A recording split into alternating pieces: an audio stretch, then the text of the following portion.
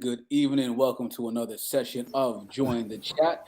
This is the place where every single opinion is important, where your voice matters, where we encourage you to express yourself, and we try to provide a free and an open platform to speak and also to be heard. I am your moderator, your host for the evening, Renford Mr. Bojangles. Alongside me, we have the ever so faithful Mr. Andre. He is here. Good evening, my brother. Evening. Greetings, everyone. Nice to be here. Another Thursday. Long time I haven't seen my brother Joe. Joe is on the platform again here tonight. It's been a little while, brother. How are you?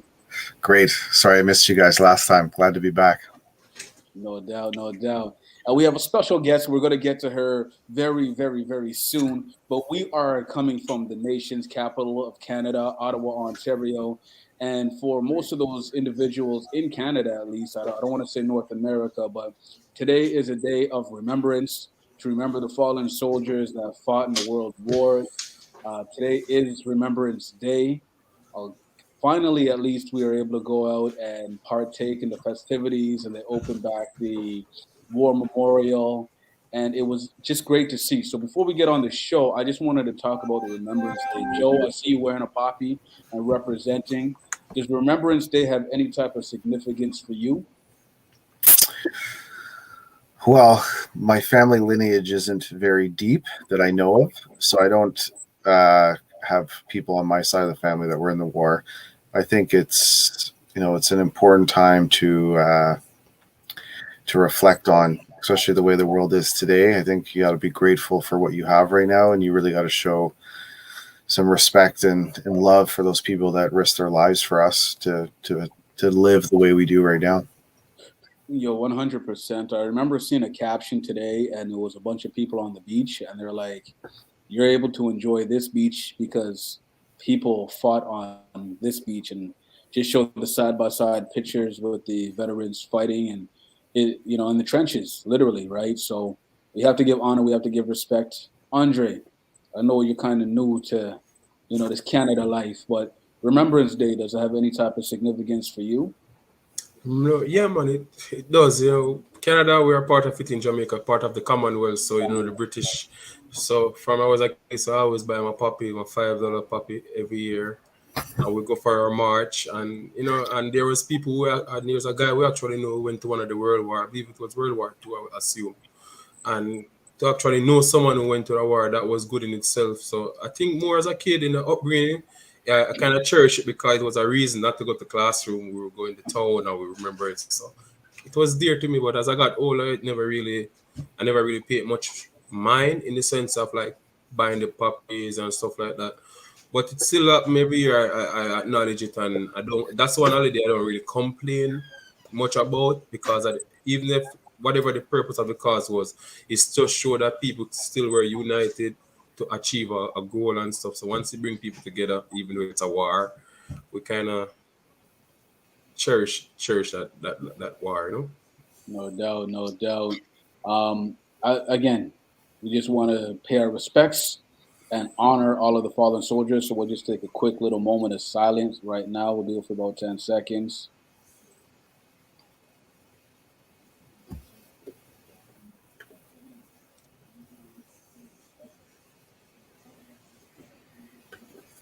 We say gone but never forgotten, and we just cherish and we salute all of those who came before us, who have allowed us to be afforded with such great opportunities and great resources and safety in the lives that we live here today.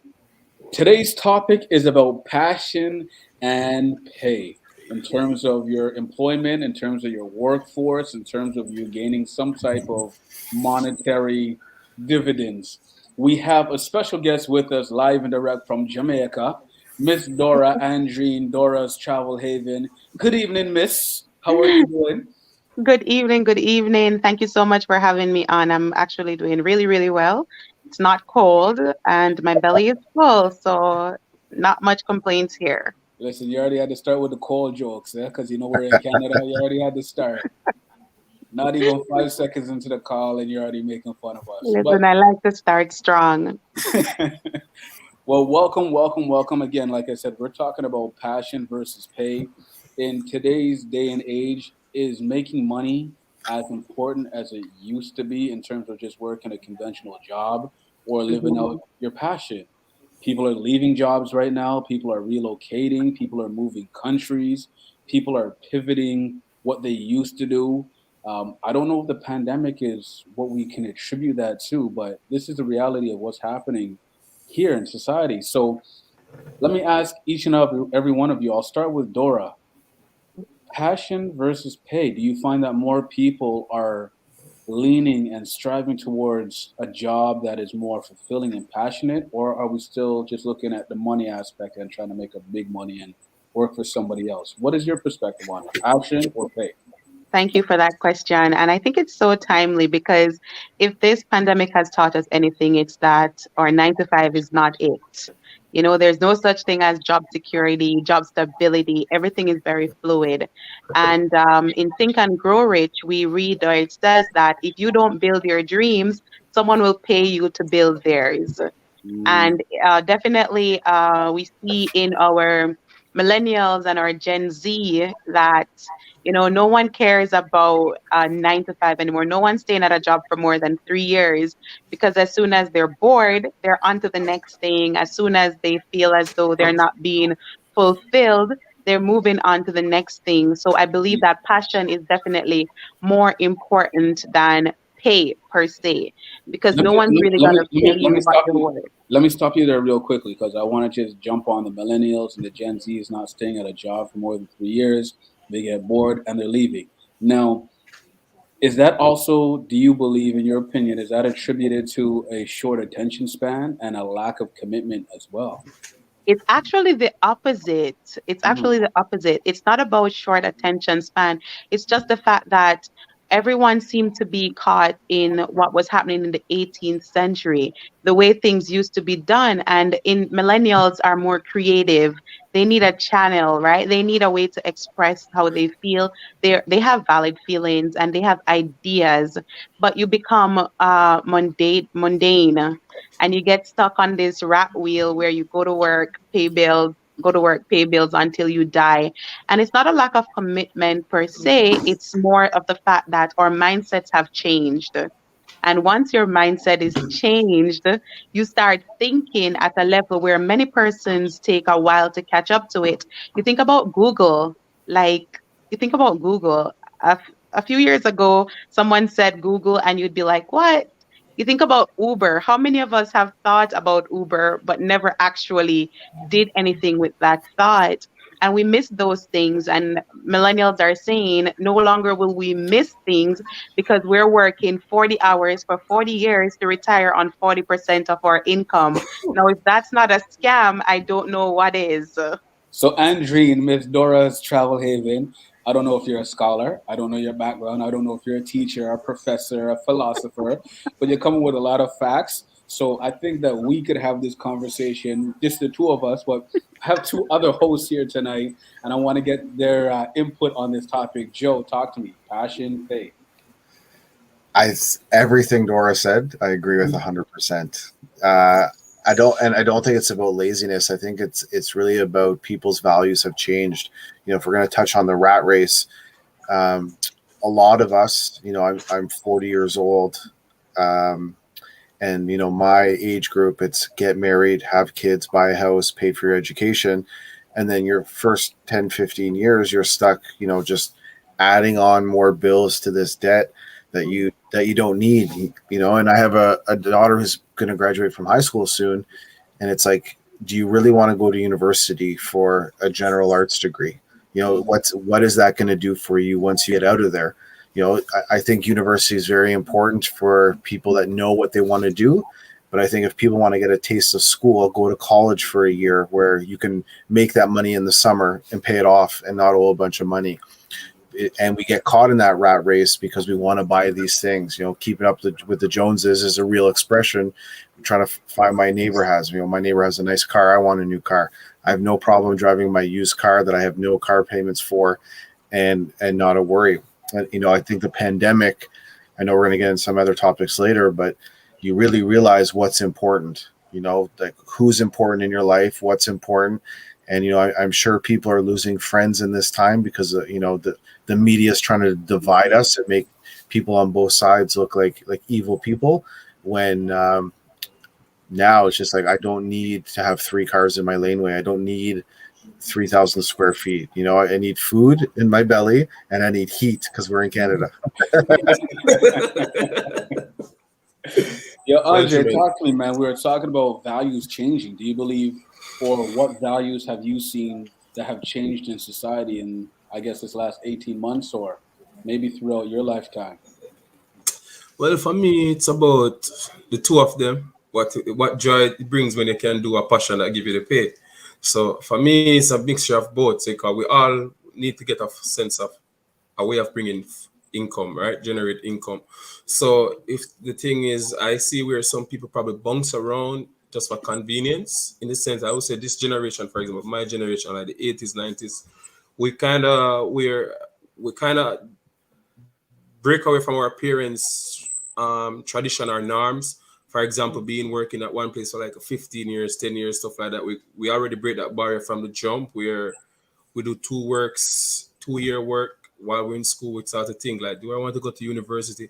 So you can see it started from there, where people know, my generation know, trying to fulfill your own self of being independent by working for themselves, not working too much at one place. They're investing more, doing other jobs. So I could count on my hand and lot of young people I know, like Dora is one.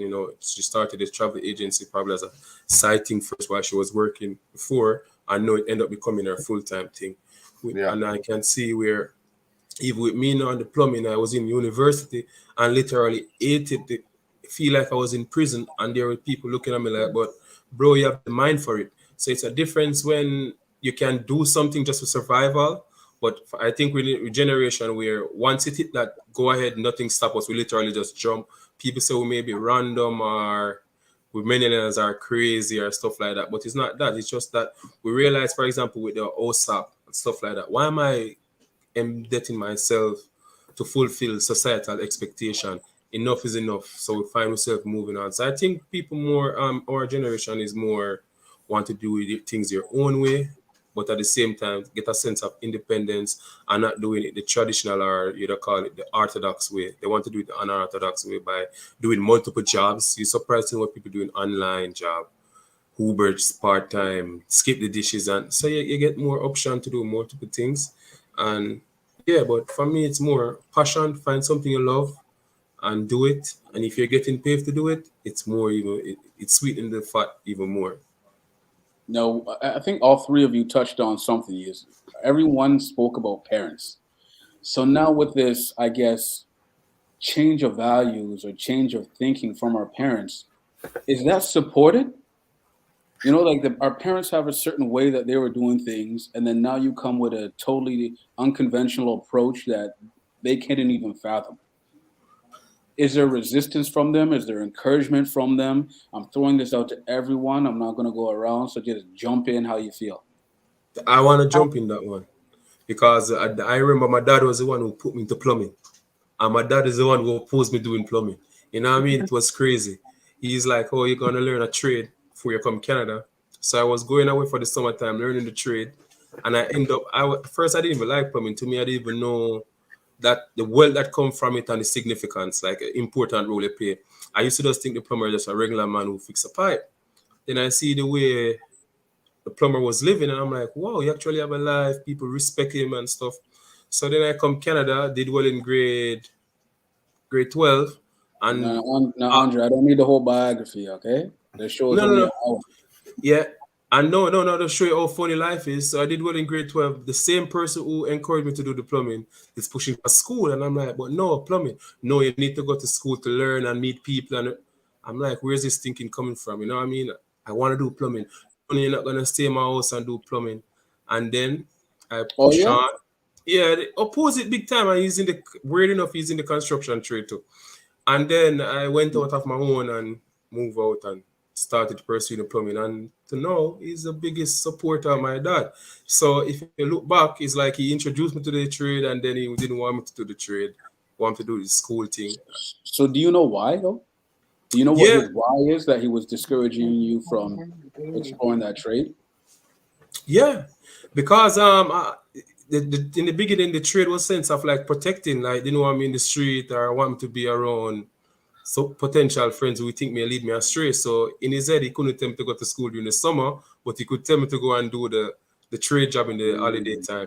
But when I came around him now and did well in grade in the school, he realized, wait, you have the potential to go to university, and but that just wasn't me. My pre-consumption, my subconscious didn't have that schooling thing. I just thinking I was gonna hit the ground, working construction, and stuff like that, and it was a different plan altogether he has in his mind. But I pursue it, and yeah, he's my I biggest see supporter right now.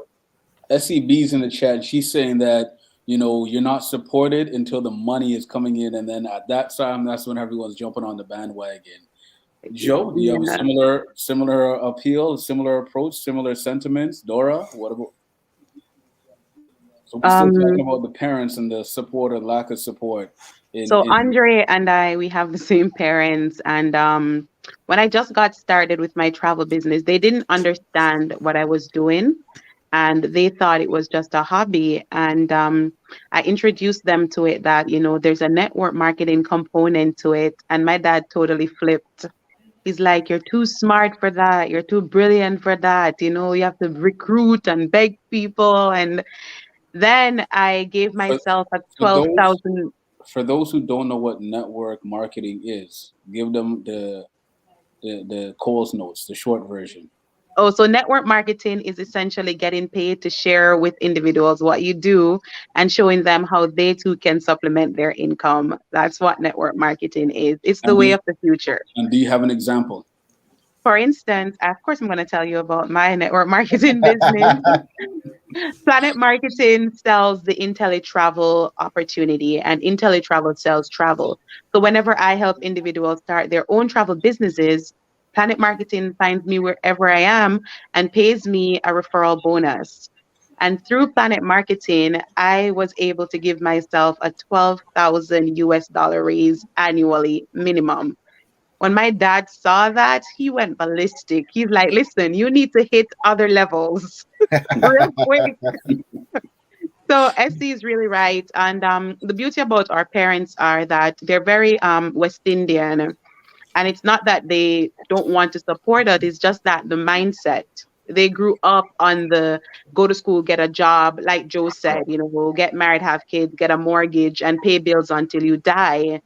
But once education is involved and they realize what you're doing and they see that, you go to university to make money, but I'm skipping university and I'm making twice and thrice as much No doing debt. something that I love without the debt and helping individuals. I have options. Like Andre moved out and I always felt that, I couldn't. And now I've moved miles away to another country completely. So definitely the support will come, but you have to do your part. Because if you get into something that's not fruitful, why would they support you? Yeah, and I'm going to jump in because I think that's a really good point. When the education piece is missing, not only for the parents but for the people, a lot of times the education is passed on from the parents to the children. So parents who have higher education, the children normally have higher education. And I think like my generation is stuck in a point where Andre talked about it. You have something you're passionate about, you go work your 9 to 5, but you really got to spend your, 5 p.m. to 10 p.m. working on the passion like Dora did so it can transition back to that. Because network marketing is not for everyone because they, most of them flunk out in the first year, but the people that can stay in it do very well and continue to grow. And it's just like being an entrepreneur. Well, you are an entrepreneur. It's not just like being it, it's the same thing. You're going to get new leads. You got to find new people. And Andre touched on something. I forget what he was saying. I forget. I'll think about it after. It'll come back. Yeah. It'll come We'll come back to it. Yeah. Well, so you as a parent, Joe, how do you encourage your children to explore their passions as opposed to just looking for a job and being somebody else's employee? That's a great question. So my 16-year-old who lives with her mom full time, it's different because I'm not there all the time. So she's more influenced from her mom, and which is very education, university, go to school driven, where I'm just trying to spark interest in her and say, hey, there's other ways you can make money. You do this now as a hobby. How are you going to make money after that? Do you want to go to university? Maybe you should travel for as soon as you graduate high school or for 1 year. Do these things that kind of expand your mind. You're not just school, after school curricular, home, friends. Like that's all these kids know right now. Same thing as me when I was a kid. It was school, football, homework, come home. And then after I graduate university and done playing football, you're like, what does an education in football really do for me? I have a crim and soc degree, but they're, what does it really get me in the long run of what I want to do in this world? And so my two sons now, it's more like, what type of person do you want to be? Instead of what do you want to be when you grow up? Do you want to be a fireman? Do you want to know what kind of person? Say that again, Joe. And let's get that in the chat here. Let's get our production manager to put that in the chat because that was a great hashtag. And I think it's something that you should brand. All right. I'll think about that. But it's true. I think like. No, I said say it again. I said say it again. You tell your boys now. I tell my boy what type of person do you want to be when you grow up? It's not about what the thing is like we're educating these kids horrendously in public education to do what job? We don't know what jobs are going to be available. AI is taking over faster than we can create jobs. So we're going to eventually come to some type of universal basic income or something like that. So you have to have a good vocabulary and kids have to be able to read because if you can read words, you can, suck up knowledge faster than any other kid. A doctor just understands more words than I do. And that's why he's a doctor. Not because he paid $100,000 to go to a prestigious school. And that's why he's a doctor. I like it. So I guess the hashtag that we're going to use is teach your children or ask your children what type of person they want to be when they grow up as opposed to what do they want to be when they grow up. Mm-hmm. That's brought from our own Joe. Do not steal it. Do not brand it. It is his. It is his. Okay, so Dora and Andre, seeing as how you guys came up in the same household, you might be able to speak about this. How was it that you were able to find your passions? Can I ask one more question before we move on to the You topic? sure can. I want to ask this to the brothers and sisters, brother and sister. So, did you guys live in a multi-generational home? I live in the multi-generational. So Andre lived with our grandmother, with my Yeah. aunt and my uncles, and I lived with our mom and our dad. And like being a white male, we stopped that somewhere in our culture, and I think it's so important. It's true. Do you know what I mean? Like, yeah, it's like the kids fight with the mom, whether it's like TV or programming that happen. But I think multi-generational homes where you're learning from your grandmother, you're learning how to cook, you're learning how to clean. You just said, I think you said before the show, that's the house I grew up in. All my uncles and aunties were there, right? So you're learning like about them and your family, and like these are the stories that get passed on through generations. And some cultures are losing that right now. You kind of see that in the media here, where we're trying to separate people. Like, you need the generations, not only like when stuff goes wrong, you got to lean on your family members. Yeah. So I think it's really important too. Like, we're losing that sense of like community and family within the home, right here at home, and where we're from. I'm glad you touched on that. Is that something that we can change? Like just within our own spheres of life, is that something that we can change, right? Everyone's running out of their family home and getting their own condos, getting their own house or their own apartment.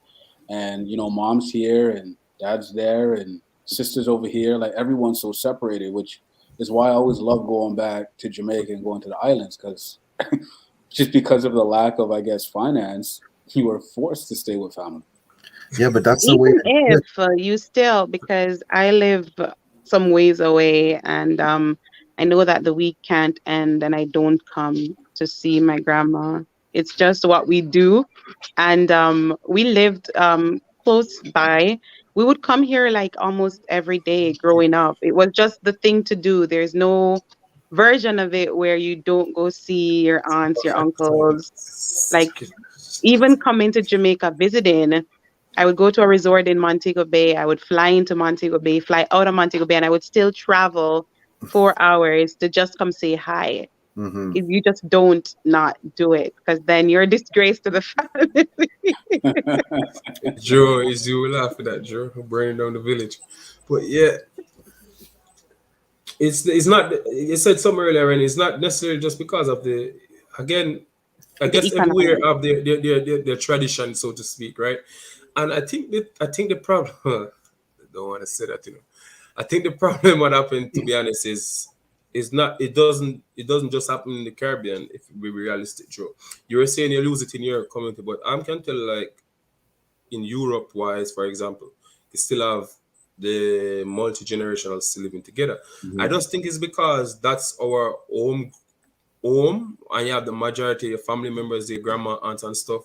It happened where you guys just tend to gel around each other because you're in so-called a comfort zone. So when you travel and come to create a family, I don't know what generation of your family was here before, Joe. Maybe, say, for example, your dad and his siblings came, then you have his other brothers back home and stuff. So it kind of, I think that's what happened along the journey, where family kind of get missing place because we're not necessarily from here in a sense. Yeah. But when you go to where the origin is, so if you should go back to where your origin, you'd be surprised to see that your uncles and cousins, they do still get along. But I just, is a migration, and it comes like, because you're migrating now, you're out of the comfort zone, you want to create something, and it's not your intention to separate from your family, but it's in pursuit of that passion, passion.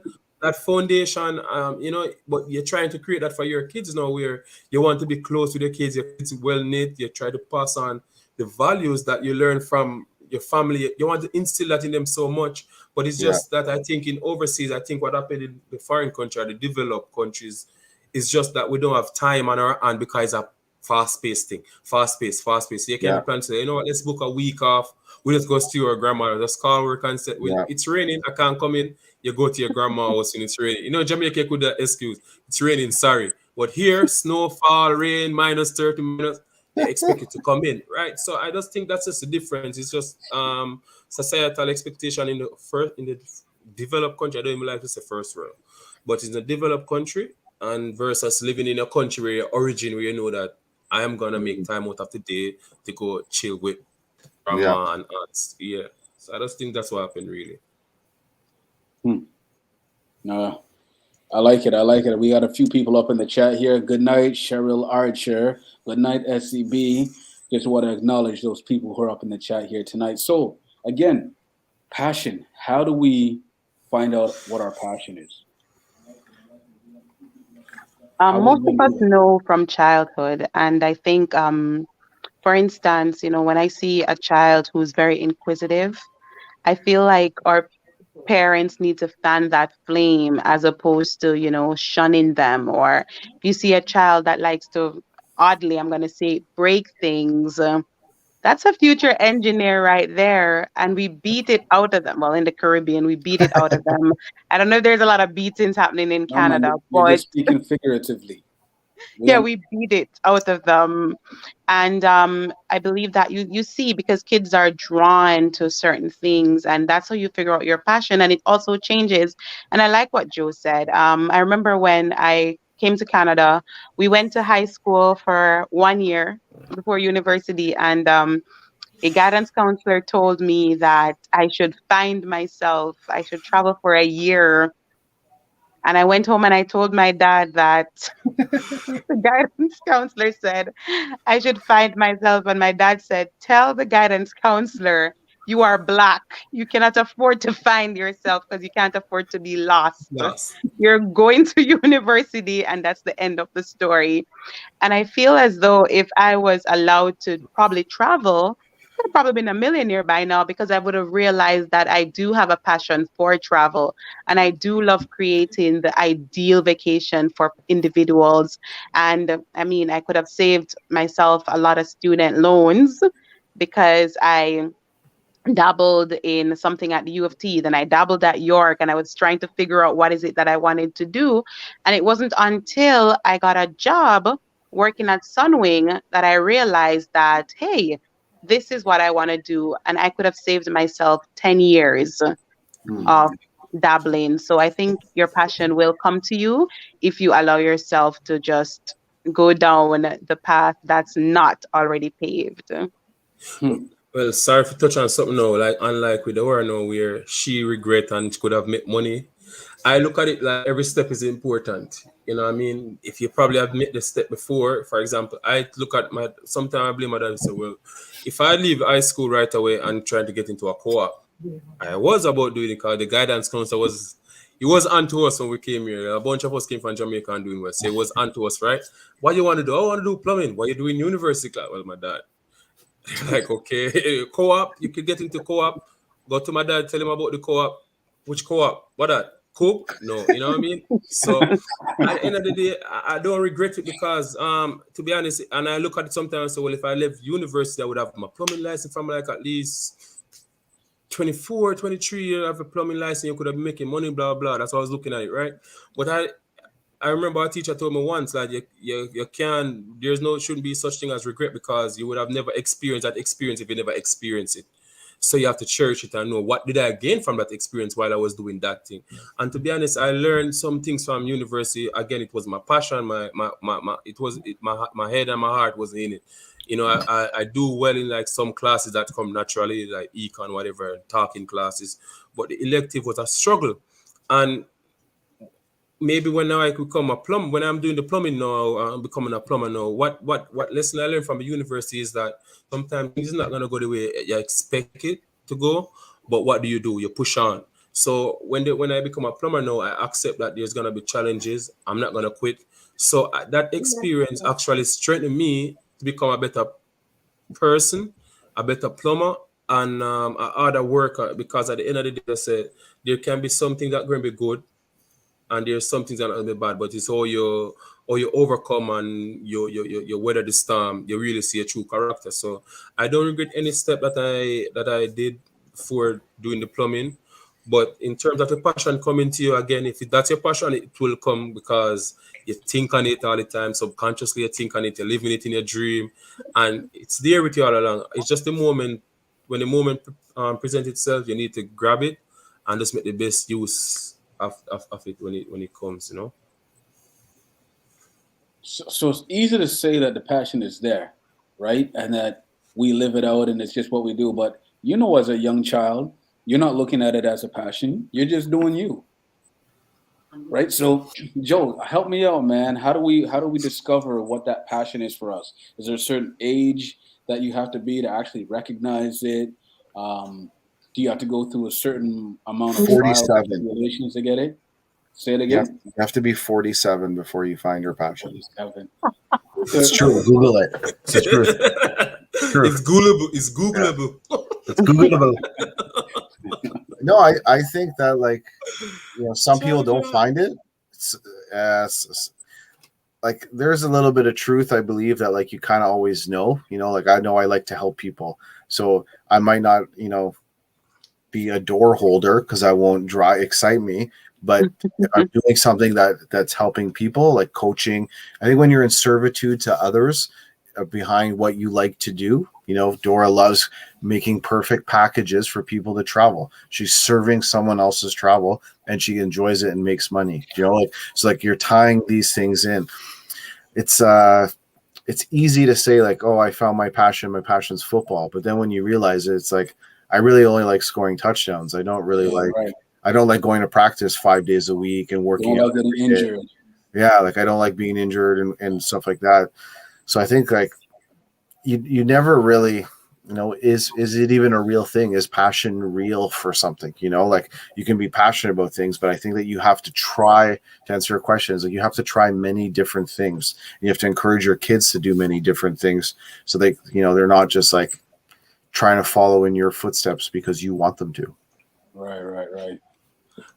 But look how funny it is when you lead a kid. I just want to add real quick that I think about Colonel Sanders. He never found his passion until he was in his 80s. Yeah.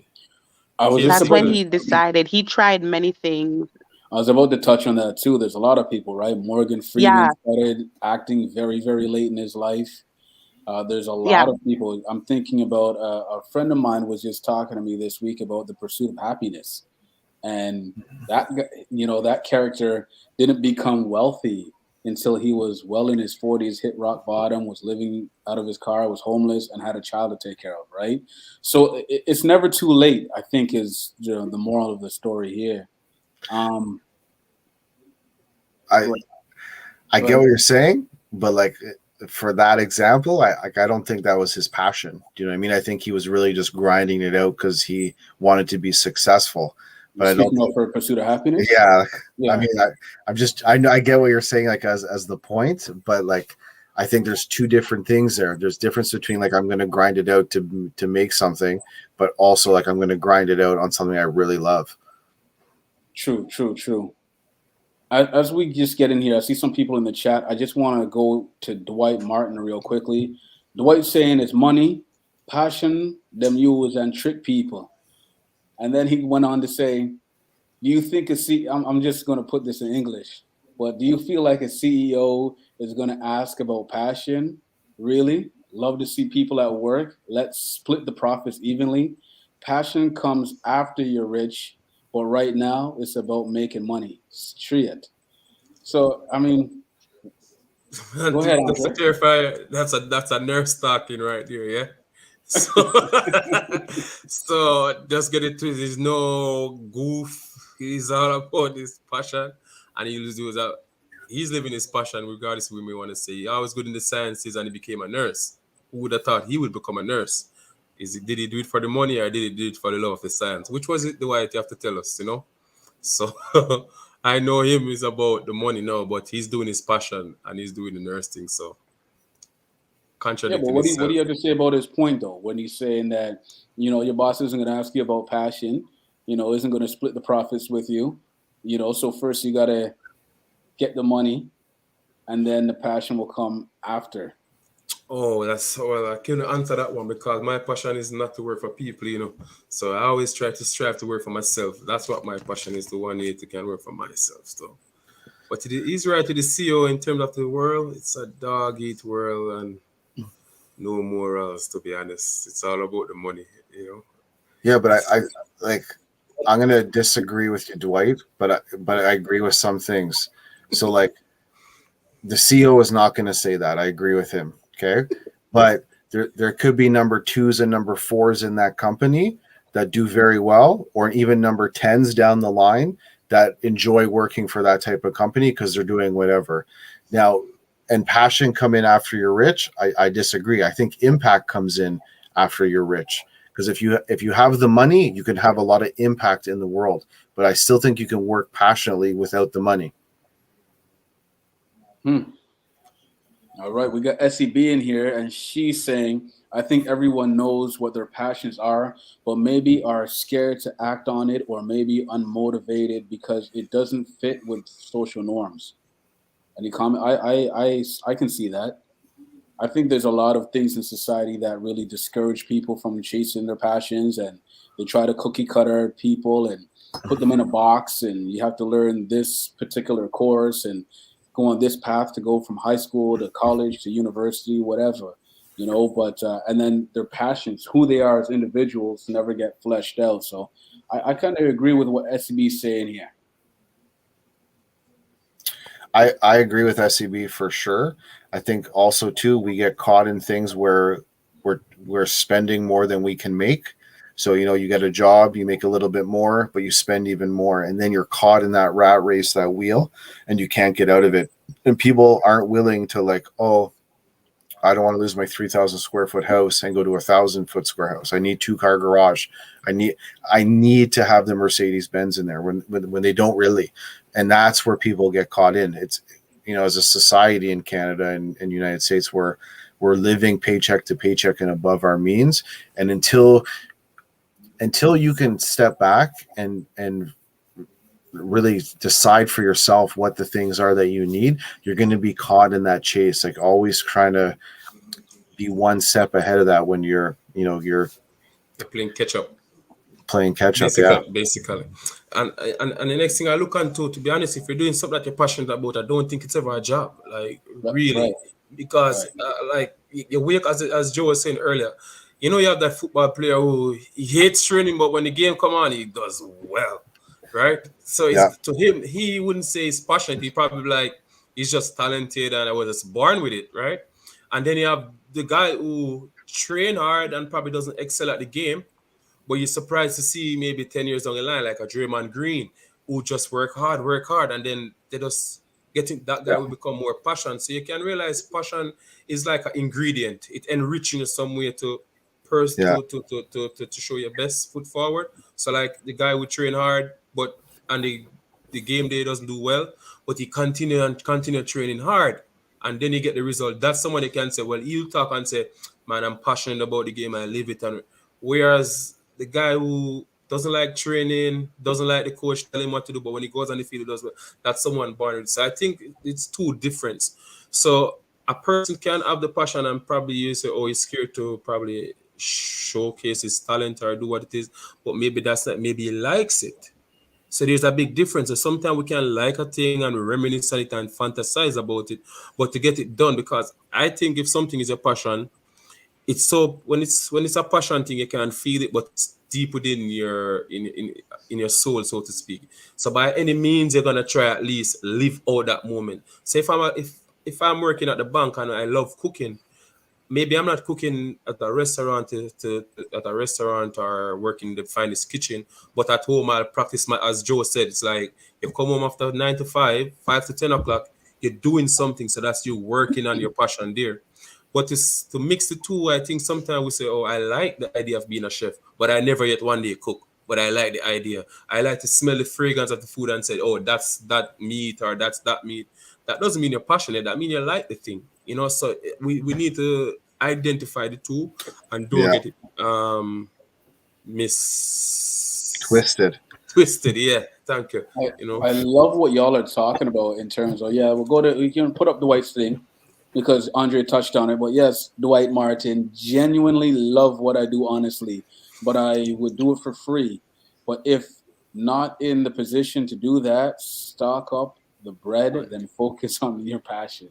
I love it. But one thing both Joe and Andre, both of you spoke about was the fact that it's not a problem to have a 9-to-5 job. When you leave that job, it's time to come home and cultivate that passion. And I think that that's something that a lot of people don't necessarily do, because when they come home, that's when the responsibilities come in. They might have, significant other, they might have children, they might have to get dinner ready, they might have to clean the house and put on this, put on that. And before they know it, there's no time left for them to actually cultivate their passion, right? And then they just jump to the distractions. So, do you have any tips or tricks that you use Cut out the to? distractions. Those are all fucking excuses. Part of my language. Like if you Mhm. want it, like you have time. Get up at 5 a.m.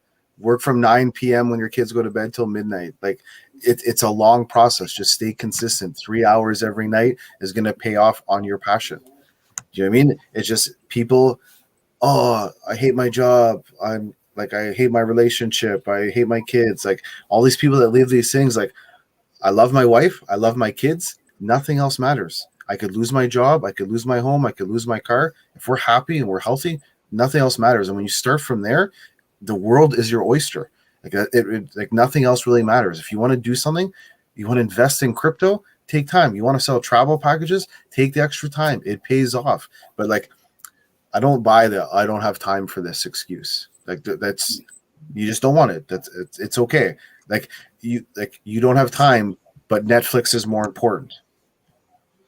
Yeah, Yeah, I share honestly everything what Joe said. I second it. To be honest with you, is literally just stop the beep beep beep and just get it yeah, going. Like just do it. Literally, just do it. So again, and you can see it show up in some things that, for example, you get up every morning and religiously go to work. You know what I mean? But it's basically you're putting someone in there for yourself. So you're putting yourself on the back burner to pursue your own dream. But if someone, for example, what I always say is, for example, I ask Joe to put the glass and Joe doesn't pass me the glass. I'm in the same room with Joe and I like, could you pass me the glass, please? And he said, no, I'm busy or something. I'm upset with Joe. But I wouldn't be upset with myself that I didn't get up and go get the glass and I'm in the same room. So that's the thing, and people do it sometimes when someone should do it for us. We have the expectation and we get mad at them, but you do it to yourself and you don't do it. Do you get mad at yourself? No, I was tired. Maybe Joe was tired. Maybe Joe was having, so find the same excuse you can find for yourself, find it for others. And the same way you expect others to do it for you, you can do it yourself.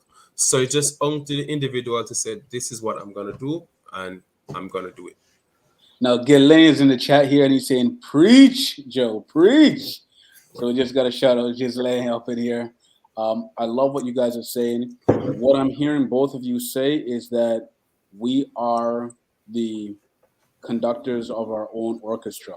We are in control of our destiny, and we can point fingers at external forces all we want. But unless we start trying to live out our passion or try to figure out what we want to get to, we have no one to blame but ourselves. Does that sum it up accurately? Did I hear y'all right?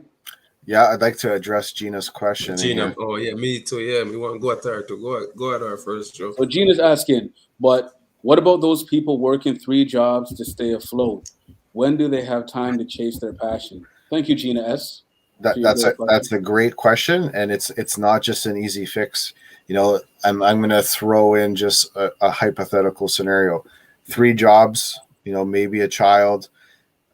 Usually, if you're working 3 jobs, maybe you need courses to get you to one job that can pay more. Maybe you enjoy doing the 3 jobs. Not everyone can do it. So there are ways around it. You might need to take a course that gets you to be able to take 2 jobs, and then you save time that way, and then you move down to 1 job, or you find a job that you dislike that pays more, that covers more of that time, but you're doing it for a short amount of time. A lot of times we just don't set goals for ourselves, and we don't work incrementally daily towards that goal. You're not going to achieve everything you want in overnight success. But like there's tons of single mothers with 2 children that work 4 jobs and then get a university degree, and then they get a job, and they buy the home they want. All these little stories that happen. It's just sort of like, how bad do we really want it?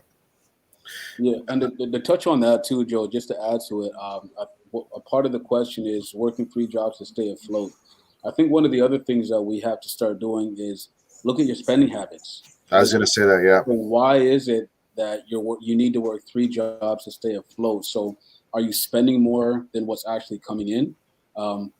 It could be something like now you're driving to those jobs, gas prices, car maintenance, or maybe you're taking a bus or Uber. Maybe you're eating out a lot because now you don't have time to actually cook food in the house, which we all know if you buy groceries, that food goes a lot longer than buying takeout, right? So we also have to look at the whys. Why is it that we need three jobs to stay afloat? Andre, did you have something that you wanted to say to that question? Yeah, again, that individual again is just maybe doing the tree job again. That could have been their passion. Just saying they like work. They're a workaholic. You never know. And also the next thing is if you have three job, you can say, okay, then there must be one of the days when you don't work the same tree job every day. It's just finding, looking at your time discipline. I say you should find. So you look at your schedule and just make a sacrifice and say, you know what, I have to give up something. So it doesn't have to be maybe the tree job, but you must have some leisure time or something you do. I just say maybe it's hanging out at a friend's house or the time you spend to do you want to say you do your laundry every Sunday, say, okay, you know what, I'm gonna try and do my laundry every 2 weeks. So you're squeezing that. So it's just to look at yourself and be honest to yourself, because the good thing is we can't lie to ourselves and we can't keep secret from ourselves. So you may go to your workplace and you want to be in the head office or the top floor, but you don't know the CEO thinks, so you try to pick his brain. But pick your own brain. Sometimes we need to just literally analyze our own self, look at ourselves internally, be true to ourselves, and just as you said, Ren, you see where you're spending too much, you try to save back on that. Probably you want to go to a school, so you save back to pursue the school thing. If it's you're passionate about drawing, because sometimes we see passion doesn't necessarily mean going to an office. Your passion could mean drawing. It's like a hobby thing, but you probably don't get any money from it. It could be reading, writing a book, or our passion could even just be, as Andrew was saying earlier, like helping other people to pursue their dream. So you never know. So you just need to find what that passion is first and see how can I incorporate that passion in my busy schedule. That's all you just need to do. How can I do that?